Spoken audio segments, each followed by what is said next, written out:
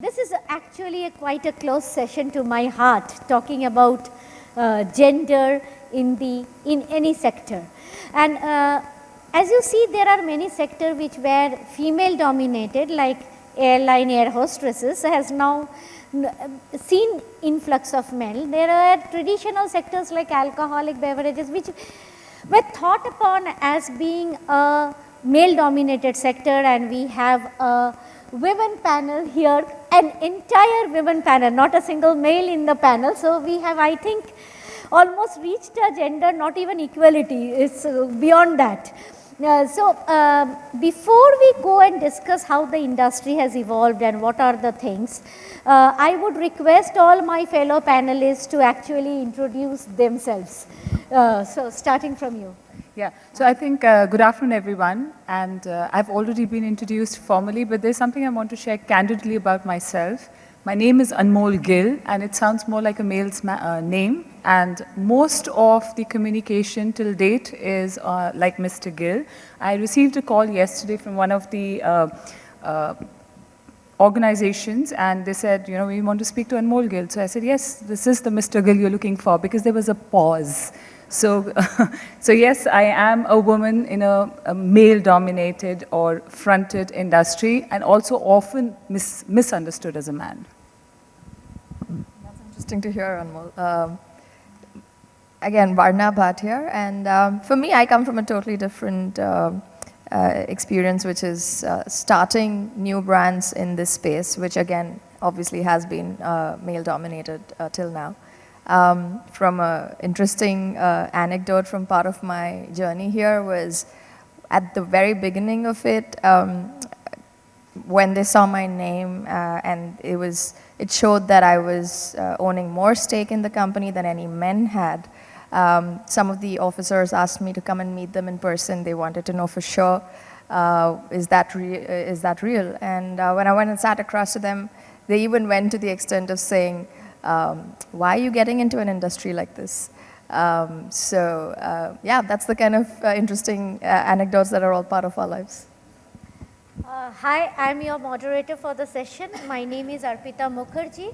I'm a professor, and in research organization, I think the gender balance is quite well taken and well known in the field of economics. And I work on policy research with the government, and I do find a lot of counterparts in the policy front as well. So we do see a lot of gender equality overall in India.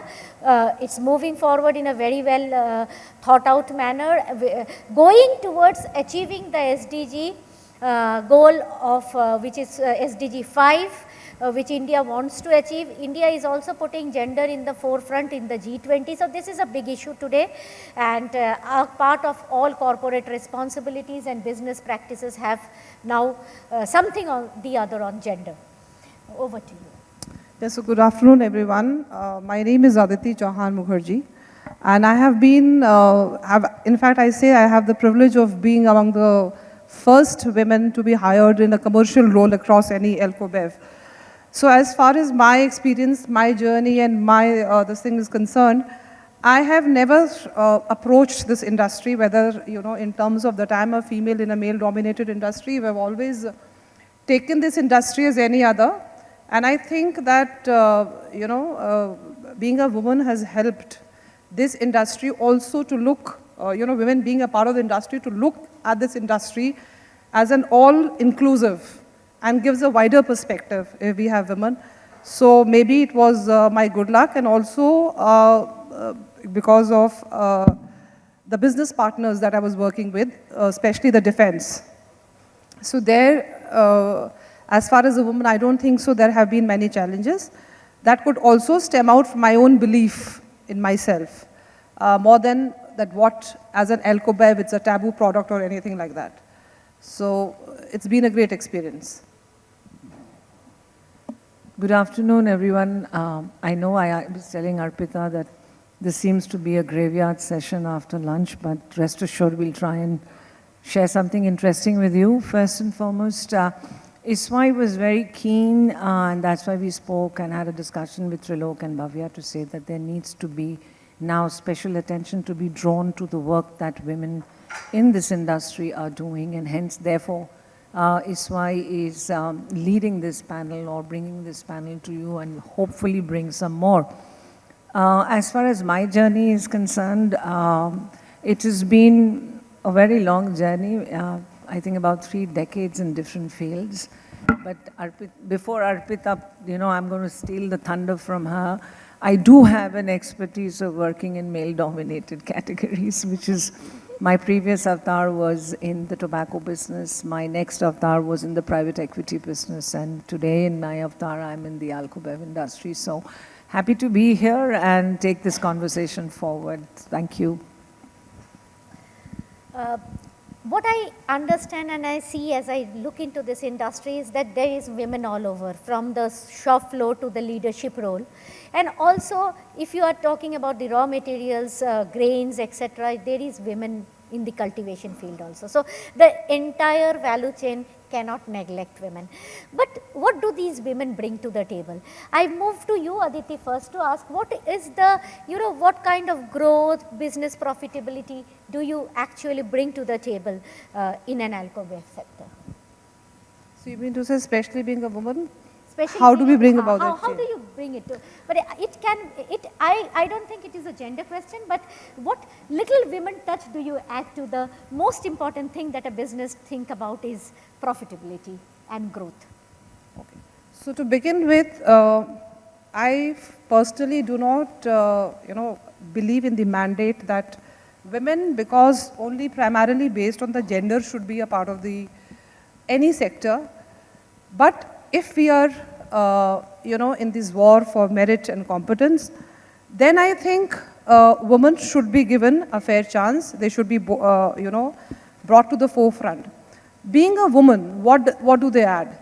So being a woman, especially for the Alcobev industry, helps getting the perspective of women towards Alcobev industry, alcohol, as a far more generic and a diverse product, than rather being only aimed specifically for a male-dominated industry, especially when the times are changing, where the women are also emerging as consumers in different segments, coming to the forefront. So they are also an important consumer base for us. So being a woman as a part of the team within the Alcobev industry helps, being a part of the narrative, of the whole narrative, how you aim your communication towards the consumer. How do you bring and include women as an all-round consumer as well as being a part of the industry? Second thing, women have this ability that they extend themselves beyond the role that they play as a leader completely in the business and the commercial segment.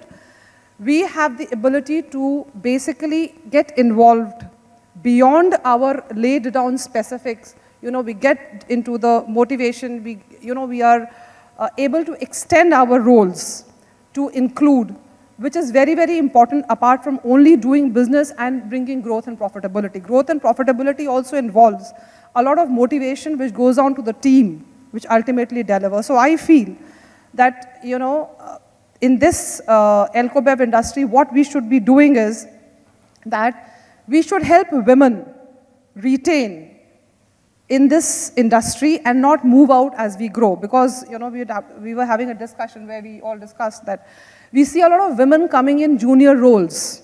But as we grow, we see a lot of women, sort of edging out and only a few moving in the top. So where, the mandate is there for diversity, we also have to create that sort of environment and ambience, the environment within the company so that the women move on to higher positions.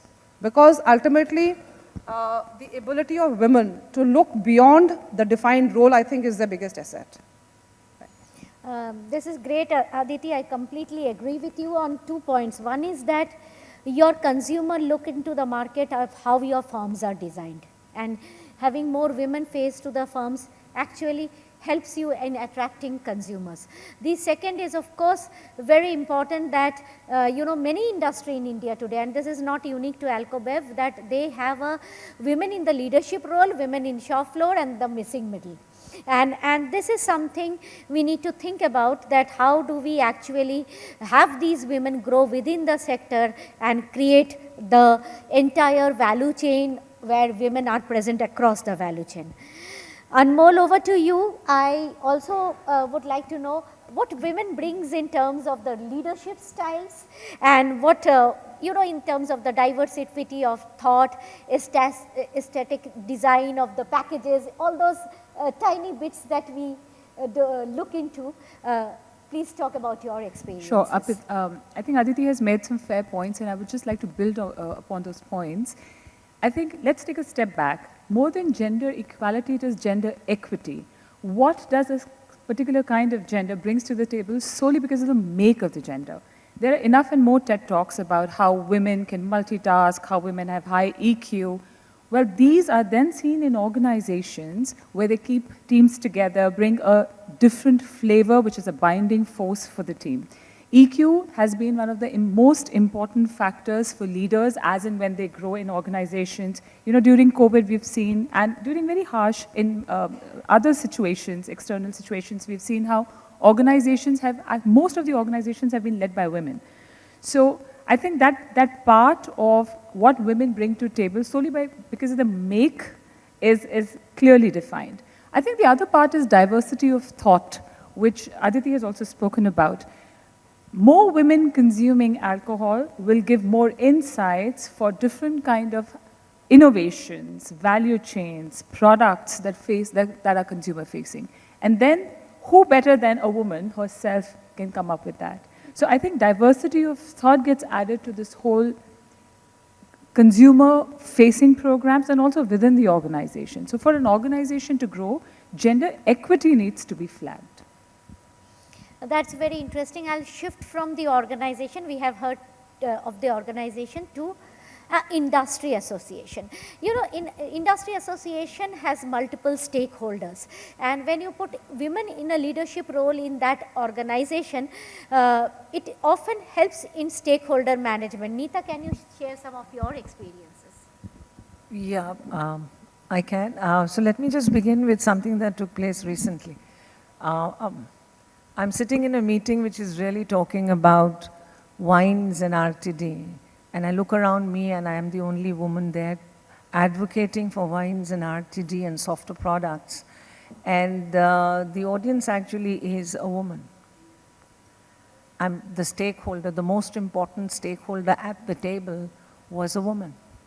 And the advocacy field was, at that point of time, around the table was men. Nothing wrong with that. In fact, it's welcomed. But I thought more women on the table advocating for a certain set of products, perhaps the policy makers would listen to. Having said that, I've also looked at, and if all of us have heard the IWSR data in the morning, and the IWSR data is clearly pointing to a long-term trend that is going to be low, no, as well as RTDs, as well as wines. And you will need, the industry will need women evangelists and women advocate professionals to be able to drive this policy agenda. So no longer would be an inherent advocacy which is embedded in spirits, but it's going to be diversified into new products and innovations, and that's where I think women are going to play a significant role in policy for enabling an environment for the new and upcoming product categories that IWSR is pointing towards. Does that answer you? Yes. Oh, okay. So we will come back to you with more questions. But India has the third largest startup networks, and India is a land of entrepreneurs.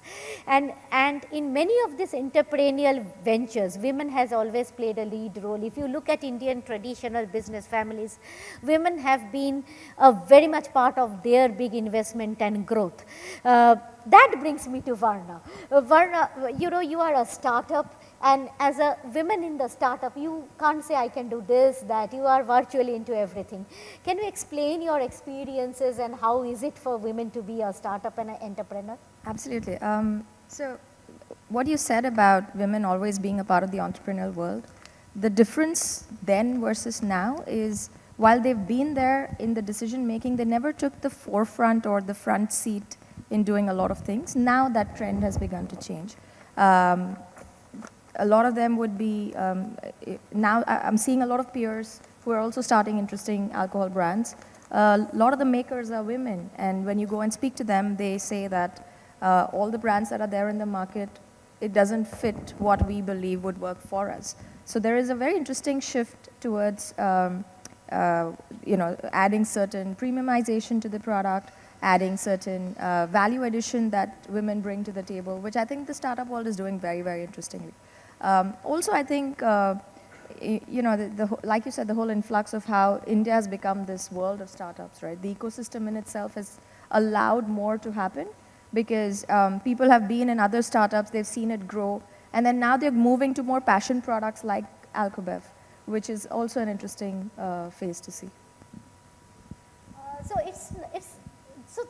there is no doubt that women are there, and they are increasingly being in all over the Alcobev industry. The issue is that there are some challenges, some that we know about and some that I don't know about.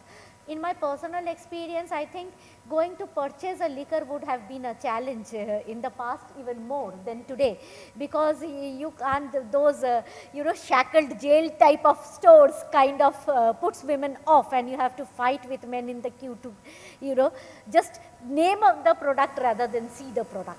So these are some of the accessibility is a challenge from the consumer angle.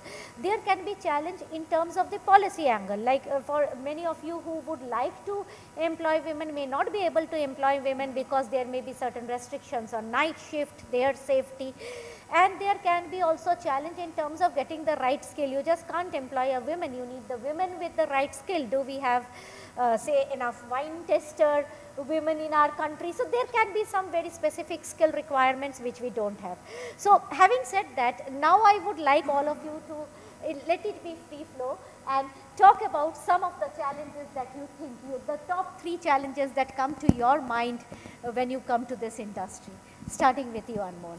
Challenges, we were talking about the challenges. So it's interesting to see how McKinsey report also says it, and we discussed it, how women are attracted at the entry-level jobs, and then by the time they start moving up the ladder, they start slipping out. By the time you reach C-suites, there are only about 1 woman and 4 men. I think we're doing enough and more to attract women, and there are certain policies in place, like 30% of positions should be held by women. It's like a quota. But what are we doing to retain is the question we need to ask ourselves. There are policies that were released by governments about 3 to 5 years ago about 6 months maternity leave, which was a great policy because your child starts to have semi-solids only at 6 months, and that's when a mother can move away from the child for a longer period of time. This is such an important insight and such a commonly known insight. But why didn't we move anything about it before? But we did then. And then some organizations took a step forward. So in Bacardi, we took a step forward and we said, you can keep your children in fully paid creche up till the age of 6, and then the child, because the child moves to a bigger school and then is in school till about 3:30.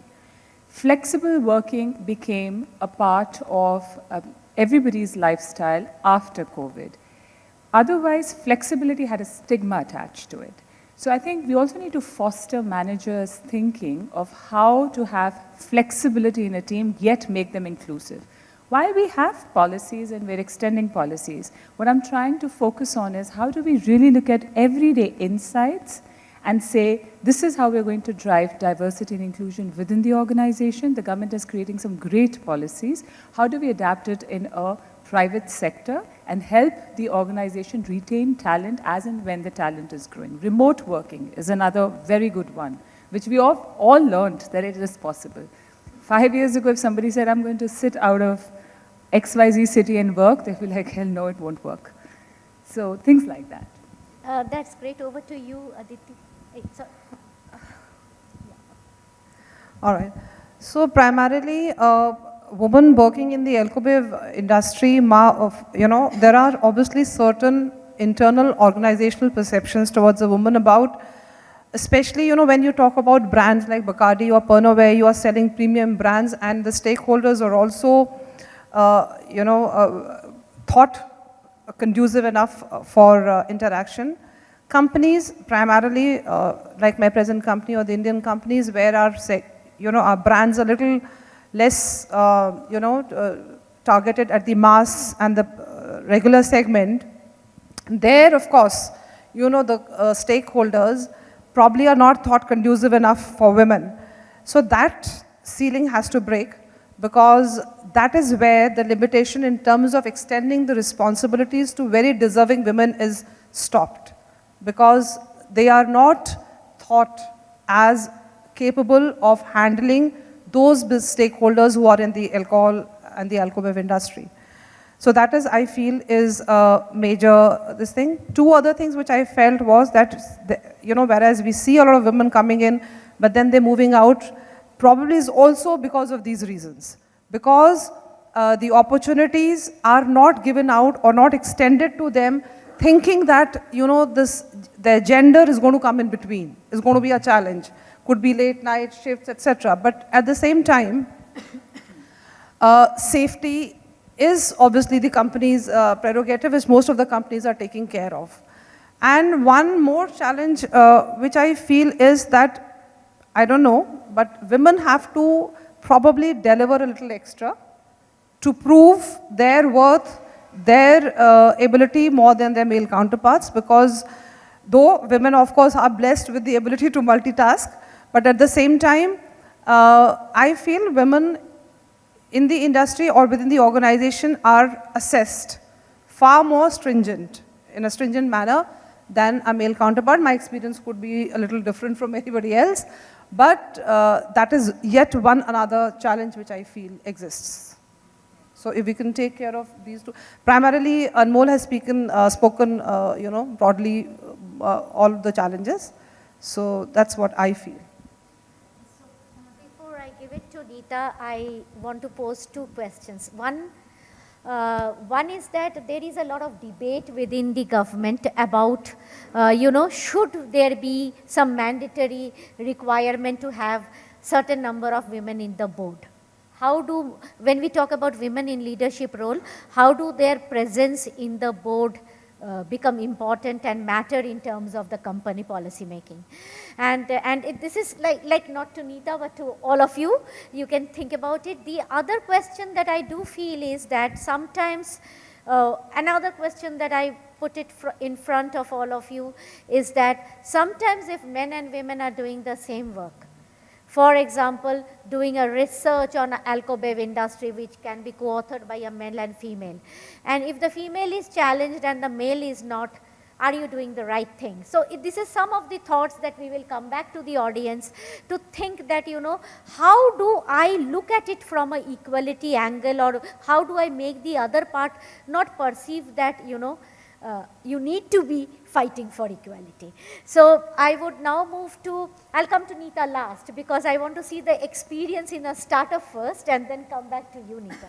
Yeah, I think I have a completely different sort of an experience. Being at the helm of affairs, being a lady myself, I think the kind of talent I attract are a lot of women looking forward to come and be a part of my team. I actually have the opposite problem. I don't have enough men in my organization. So but that being said, I think the whole system sort of moving towards a very interesting change. You're right when you say that when you go down to the retail store, the safety of the person, a whole lot of things are being looked at very differently. But the fact that now there are more women entering either via startups or via corporations, the shift that I personally have witnessed is more and more women are actually even standing at retail stores. The kind of employment in that space is also increasing.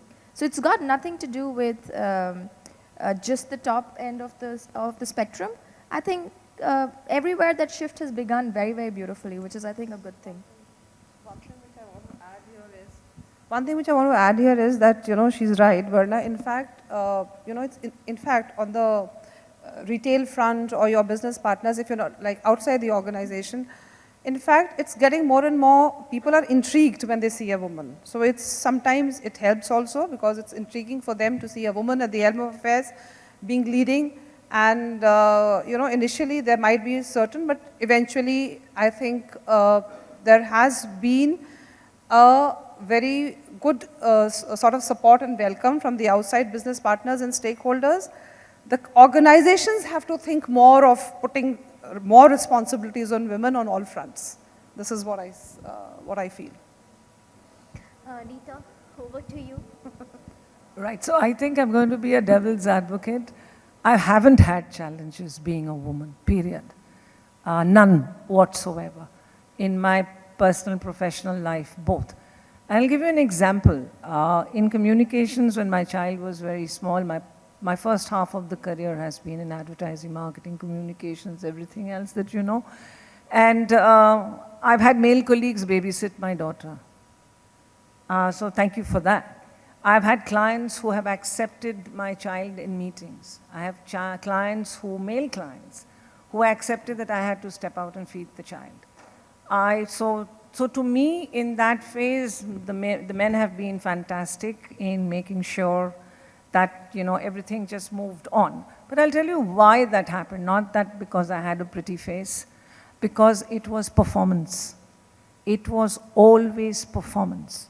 It was always that if I came to the table, I'll bring 10x to the table and I will quantify that 10x in numbers. Whether it's budget, whether it's business, whether it is going to be affinity scores, any scores, I'll bring 10x to the table.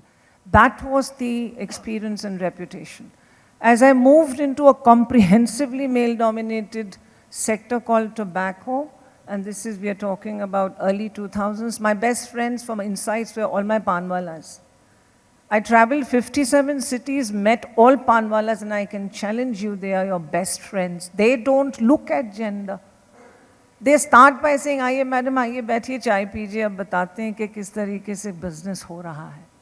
And that was fantastic, and I can see one of my ex-colleagues smiling back there. And as I moved into the Alcobev industry, and I'm on the policy front now, I'm not a revenue driver anymore, and I don't see that issue at all. Whether I'm talking at the stakeholders in the state or I'm looking at my own members, it is completely an open conversation. And all of you know our members, Diageo, Pernod, Bacardi, Beams, and William Grant and Mo Hennessy, everybody else together. We have never had this conversation. So to me, I have a very contrarian point of view. If women, and that me included, are focused on performance, are focused on what you bring to the table, the rest will follow. But it happens that when you keep the performance and the output conversation aside and you start talking about processes and everything else that you want, is somewhere I think that balance needs to be struck. So that's been my experience, girls. I mean, I've had no challenges. This is good to hear that you had no challenges, but most important is that there are two parts of the story. While there is a need for a regulation for protecting women or helping women in the workplace, ensuring their safety, which every country is adopting in line with the UN and other guidelines, the businesses may also face some difficulties. And I can give you very simple examples of difficulties that we also face in our day-to-day work. Like, women come back and say that, my maid is not coming regularly, so I will work from home and stuff like that, which is also very tough to accommodate at a corporate level, where I agree with Nita's thing that, somewhere you have to show your performance and not give your misery stories. Having said that, I'll digress a little bit from the panel into the floor to have it more interactive post lunch and ask you to give some incidents where you found it difficult or easy to actually have gender equality in your organization, or you may have faced problems to actually meet any government regulations. These will be quite nice for us to hear. Can we give the mic to some of the audiences here who would like to share their views? See, firstly, I would say that, congratulations to all the ladies sitting on the front. It's a ladies panel. But we should not forget, as some of you said, we have topmost 5, at least I can say 5 topmost CEOs who are women, whether it's a Diageo or Moy Hennessy or a, Blisswater or a Neo or, stuff. So I disagree that there is a, women, gender inequality anymore left now. Secondly, there is always, two sides of a glass, half empty and half filled. We always, see women talking about and saying, as I agree with Nita, she's never faced any kind of that stuff. But, it is always there that men do not like to talk about it. Men do not come up and say that we have certain problems in the thing. But women always, sorry, no offense meant, but just gentlemen, the discussion is on. So I feel, it's that, the time is past where we should stop talking about women and say, no, we need an upper hand now. I just want to add something to this. While I think a lot of anecdotals would be there of how things are working so smoothly, the larger population would be more attracted to if there's somebody standing up for them, which all starts with an unconscious bias which some organizations in certain verticals might have. For example, marketing, finance. These are the places where they offer it to women candidates immediately. But when you look at sales, like in Alcobev, you have on-trade sales and you have general trade sales. And Aditi, you would echo this. For general trade sales, they would always look at men first. So this is an unconscious bias. Advocacy, which is like trade marketeers, mixologists behind the bar. You'll see most male mixologists behind the bar. The women are upcoming, but the percentage is small. How do we tackle unconscious bias that some of the vertical leaders, functional leaders might have? I think it's something to really tackle with constant trainings and be able to help a manager foster this whole behavioral change of gender equity versus I want to give 10% of my seats to a woman. Open your mind to more what a woman can bring to the table for this particular role. And if you haven't thought of this role, operations, supply chain, some of very hectic roles which requires a lot of coordination at night, you will not find women. Can a woman handle it? Yes. Has anybody looked at it? Probably no. So these are the unconscious bias some of the vertical heads might have. Tackling it would be, I think, a step forward into how gender neutral and more inclusive an organization is becoming. Basically what happens is that when we talk about, when we have to bring a topic like that, you have to bring and make it a non-inclusive for women, basically itself, is an indicator that there was some sort of inequality which already existed. Now, for example, there is, what we were discussing also, that there is a study by McKinsey which says that the number of women who make an entry into the workplace, by the time they reach the top, it's a very small fraction of it. So obviously there are situations, instances, and not enough cooperation or not enough facilitation which is extended to women in the workplace, and that they tend to move out.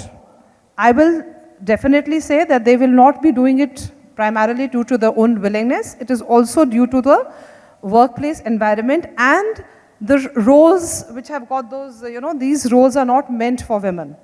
So when we are specifically talking about Alcobev industry, yes, it is still a challenge where the roles being extended, especially in the commercial, as part of the commercial leadership team, is still a lot not extended. And I also elaborated earlier that probably Pernod, I worked in Pernod, our previous company, I joined in 2000 in a commercial role only, but eventually moved to marketing roles. So coming back to this company where I said, again, we're dealing with the segments which are not thought very conducive in terms of women going out there. So it is still thought of, there's a lot of consideration which goes whether, we will, and do we have we prepared women to take on those roles, or we have just discarded them, thinking that they'll not be able to take those roles. It is not that men were born with that innate quality to handle those business stakeholders. Probably women could do it better, but they were never prepared. They were never groomed. They were never probably trained enough. So this is where we need to look at that how do we train them and make them confident, and then that's a merit and competence. So in fact, in my earlier thing also I said I'm not a big advocate for a mandate for women for this. But yes, what can we do to make them work better and deliver better? This is what, this whole thing is all about. It's not because you're ladies I'm asking this question, it's because you're thought leaders, you're sitting there, that's why I'm asking this question. So I'm not taking you as gender, I'm taking you as thought leaders. Everybody is seeing in today's world that there are 50% reservation for women. Not only in this industry, in most of the industries now. Don't you think that today young men are facing the same things which you faced 10 years back? There are a lot of deserving candidates who are not even called for interview because the seat is booked for a women. And as thought leaders, will you have this reservation going on from 50 to 20 to 30 to 10, or it will be 50 to 60 to 100%? That's a simple question which I wanted to ask you as a thought leader, not as a woman. I'll give you a very interesting answer to your question.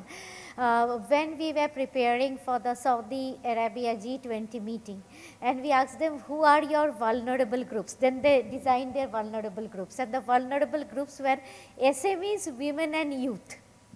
So the point is like this, that vulnerability and can be across groups, diversity is needed across groups. So there is no denial of the fact that this is more vulnerable than the other, or some groups are thought to be vulnerable. Within existing business environment, SMEs can say we are vulnerable, okay. So the question is on vulnerability. Secondly, the question on reservation and positive promotion is not something which is a developing country drive. In many parts of India and within many tribal communities, it is a matriarchal society, not a patriarchal society. So it is not related to the country's level of development, areas you are looking into, what kind of people you are. But there is somewhere a focus, and the focus often comes from the government. The focus may be in the form of reservation, it can be maybe in the form of a chapter. Like in the foreign trade policy, they are talking about trade and gender. What has trade got to do with gender, right? So this is more of a campaign and thought process to gear the thought process across the board, and to think about certain things which you have not thought about probably before. Nita, in principle, I disagree on reservations and subsidies both in the same breath. Yeah? But there are certain sectors where you need that nudge. And fundamentally, let's say, I would say if India is looking at itself as a global power, which it is on its way to be, then I would say STEM. Because fundamentally, women have dropped out of STEM. So if there was reservation as far as a purpose is concerned, which is as far as, let's say, like identifying a STEM, for example, then so be it. But if it is going to be a general mandate, then things don't work out. If people do find solutions around those mandates. If it is a self-proclaimed objective to say organization like Diageo is aiming for 50%, or Bacardi is looking at 54%, Pernod is looking at about 19-24%, those are their individual organization objectives, not run by any reservation. So it needs to be thought through, it needs to be calibrated, it can't be one size fits all, 50% kar do. That is what I disagree with. anybody else? Yeah, I'll just add to that, and exactly what Nita said. I think it cannot be done for the heck of it. It's a stepping stone towards increasing diversity. It needs to stem from inside. If the inside, yes, and it can be recalibrated too. If it's a time bound, it could be recalibrated. But if an organization has 1:99 men, and they come for the growth of the company, it's important to have diversity of thought. 30% of the consumer database is women, then yes, a step forward into increasing the diversity in their force. It'll be good to have X amount of percentage for women only, so that even HR is motivated in finding the right talent for it. And it can be recalibrated. So blanket approach will definitely not work. It has to stem from the inside of what the organization needs. Kiran Majumdar asked me a very simple question. You tell me, how many women employees are there in my company. Out of 320 employees, 340 were women and so only 6 were men, except the director of marketing and 2 or 3 people. He says that I promote women. I think that would be, in her case, is a more purpose-driven hiring in terms of she wants to promote female talent. So I think it's also upon the leader and the organization what their purpose is in terms of having diversity, what kind of ratio of diversity do they want to go forward with. And if somebody considers women still like a minority group and wants to be the flag bearer of pushing women leadership, women employment, then be it. You know, from a startup world, there's a slightly very different outlook here that I'd like to bring in. When we are looking for talent in the industry, while, like I said, I have the opposite problem, which is I have more women in my organization, they do not come from the beverage industry because there are not too many people who have the experience or the wherewithal of what the industry needs. So we're pretty much building talent internally for it. Going forward, these people may either continue with Blisswater or may end up being thought leaders somewhere else. But there has to be a start somewhere. So all of these, I think, will basically, you know, they're all starters. Somewhere it's going to find a space where this won't be a topic of conversation. We also did some kind of survey-based studies, and what we can tell you from our survey in the, shop floor, there are some things like if you employ women, you need some kind of changing rooms for them. You need to put in, you need to have separate toilets and washroom. You need to think about childcare and creche. So these adds to certain cost of the company, and there is no denial on those factors that there can be some cost. And because there is some cost, there is often a regulation driving it. The government drives it through the regulation so that there is some cost.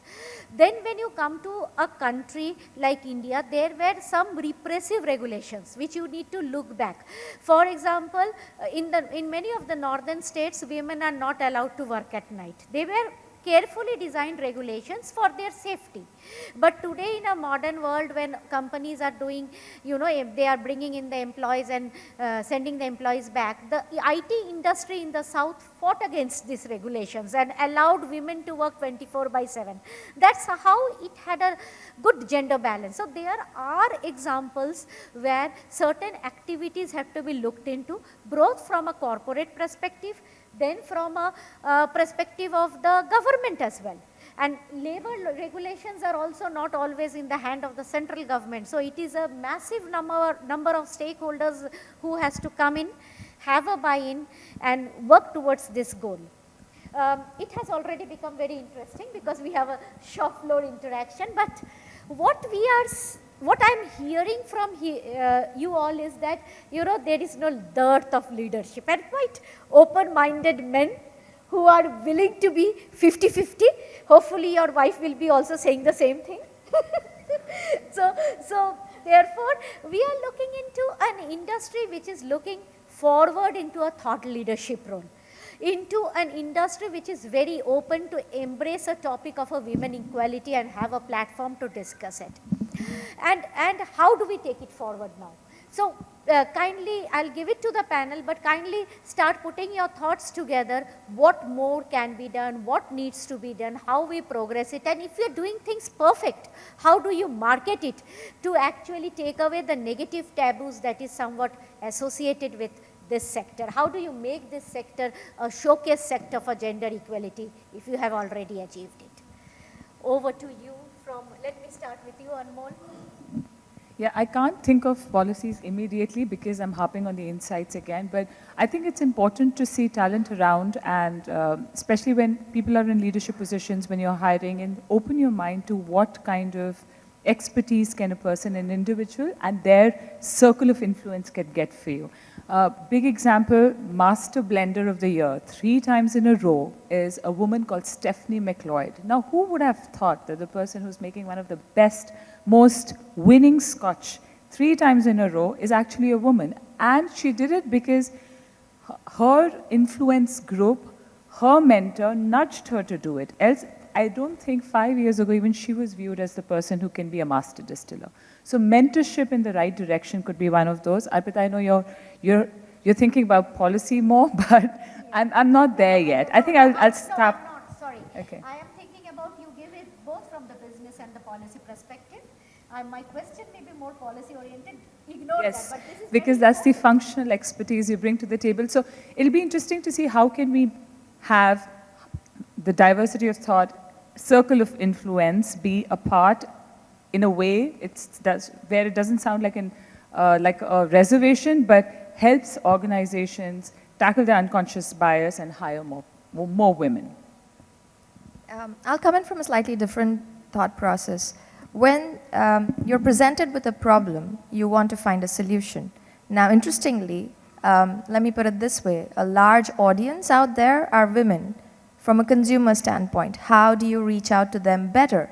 So when you have this question as well, you will look to answer it differently inward. So finding solutions to existing problems, which are also revenue drivers, right, will become a very, very big aspect of how you look at these things. So that's the way I would look at it.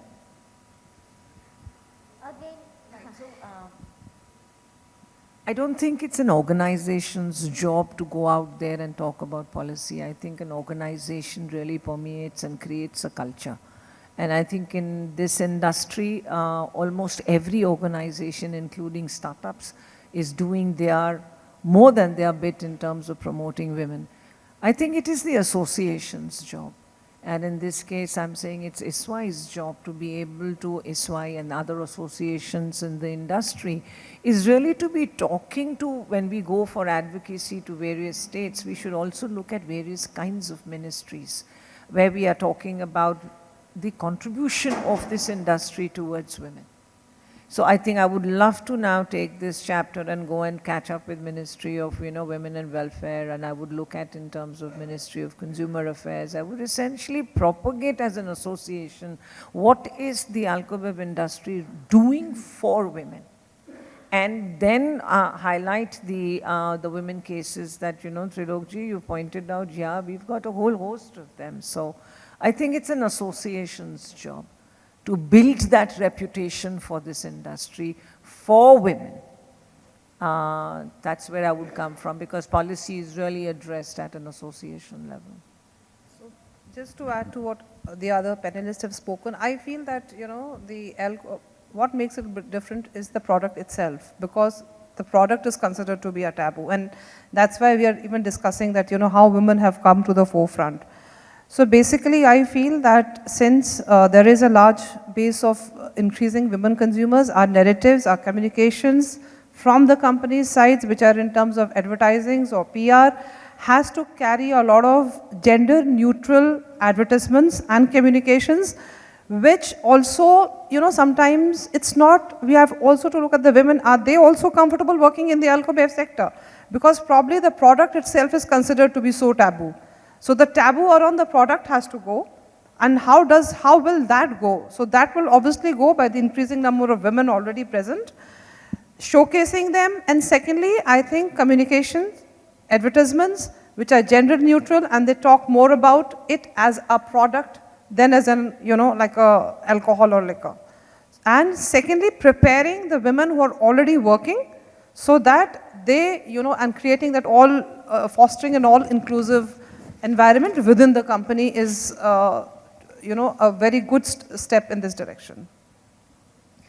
These are indeed very interesting thoughts and a lot of things to take away. See, basically, when I look into the sector and when I see the number of women in the shop floor, etc., this sector is doing very well in terms of gender equality overall. I am not going company by company. But I completely agree with the concerns that the panelists have shared. And if you club them, the one is that really nobody knows that it is doing so well, because people are hooked on into the taboo part of the sector, not on the good part of the sector. So that needs to be highlighted more. Secondly, it is very important to have women in R&D, innovation, product development in which is linked with STEM and all the higher end into more women being into nutritionist role, more women actually thinking about it from a more angle of what needs to be done rather than a taboo sector. I think that helps the sector in its growth path. And also entry of women as entrepreneurs, entry of women in leadership roles, entry of women across the entire value chain is going to make a difference in the future. That's kind of coming out from all the discussions. And before we close the session, I want to give it one more time to my panelists to share their last round of views. So starting with Nita. So I think what Trilokji said a little while ago, it triggered something. Whilst there are a lot of expectations that women have from organizations, I would want women leaders to also pay attention to one point, which is sometimes I call it the Achilles heel. And there are two aspects to a woman. There are multiple facets, but two aspects. One is that she can be a Draupadi, which means patti bandh lo, and jo ho raha hai hone do, sorry, Gandhari hai. Patti bandh lo, jo ho raha hai, main aur mere Kaurav. Yeah. Alternatively, she goes by the idiom of saying, educate a woman, and she'll educate a family and a full village. So as women leaders in our organizations of whichever sphere of life, your daughters, your nieces, your sisters, your neighbors, etc., try and be that change aspiration. If nothing you can leave behind for this generation, because I think I was saying this somewhere else, as generations of women, we have always left behind. Each generation has made it easier for the next generation. So the question I always tell, and I leave behind to the new generation of young leaders, women leaders, is to say, what do you want to leave behind? What is your legacy going to be? Where I started 3.5 decades ago to where I see now, conversations are very, very interesting. And I look at it with pride to say, look, a lot of us that came in the generations of 90s and 2000s have created this environment. So what's your legacy going to be? So just remember that. Are you going to be a Gandhari, or are you going to be that woman who, educates a village? Thank you. Thanks. Basically, to tell you that I've always worked in, currently where I'm working is 100% male-oriented domain. So I have been accepted very well, and I face no challenges. So acceptance is there. And we are very happy that all of us have, most of the time felt the same. So primarily from my side, I feel that though I'm not saying that we should have a mandate in terms of having women reservation or diversity, but yes, the kind of environment that we have to create for them and prepare them to take on the roles for the future, which have never been thought before, is a good idea that we should all be working upon. Thank you. I'm going to actually take you all through an experience of mine when I was really, really tiny. I was a kid walking with my father in a marketplace, and this lady walks up and she said, what a cute little girl you have. And my father stopped her and said, call her a cute little human. Stop reminding her that she's a specific gender. I think for me, the shift happened then. So if a father, a daughter, the society, I mean, it's a mix of everything, right? So I don't think it's got to do with one particular thing. What's beautiful is to be in this industry, which is, for me, has seemed, absolutely acceptable. I'm loving every bit of the journey here. And I hope that we can do more for the rest. That's such a wonderful thing you've said, Varna. I think I'm already playing my part as Anmol, Mr. Gill, to that. But I'll candidly just share something with you, which has been my journey in Alcobev in Bacardi. When I had joined the company as an assistant brand manager about 12 years ago, a very good mentor of mine actually told me, he said, you go test how it is, and then you can start applying in other FMCG, because I was coming from an FMCG.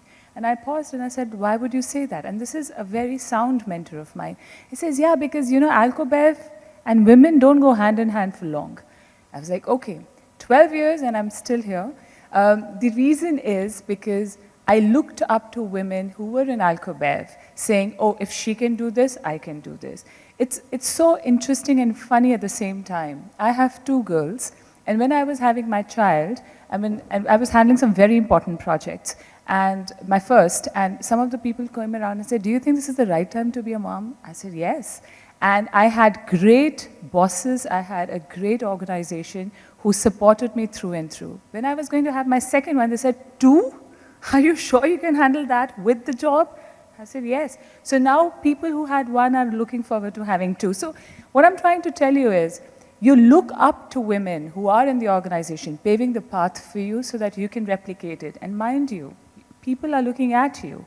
Men are looking at you to do the same for their wives, their girls, their friends, as Nita said, nieces. So what I'm trying to candidly share with you is that other person's journey could be a North Star for you. So make sure you're taking the right steps, because unknowingly you're inspiring someone. Thank you. Thank you very much, everyone, and thank you all the panelists. Thank you, Trilok and the entire team for having us here and for designing this wonderful session, and to all of you audience for contributing to the discussions. Post lunch discussion has to be interactive, and we enjoyed speaking here, and I'm sure all the panelists did. And thank you very much, and we hope to be here. And we hope that we hear a lot about gender and the positiveness of this industry, and probably gender equality is one of the positiveness that drives the industry towards a feel-good factor which can be showcased. Thank you. I said thank you, Arpita. So I say that women have to, then of course we are here for merit and competence. And we should continue to look forward to being a part of these, these get-togethers or events based on our merit, competence, and not because of our genders.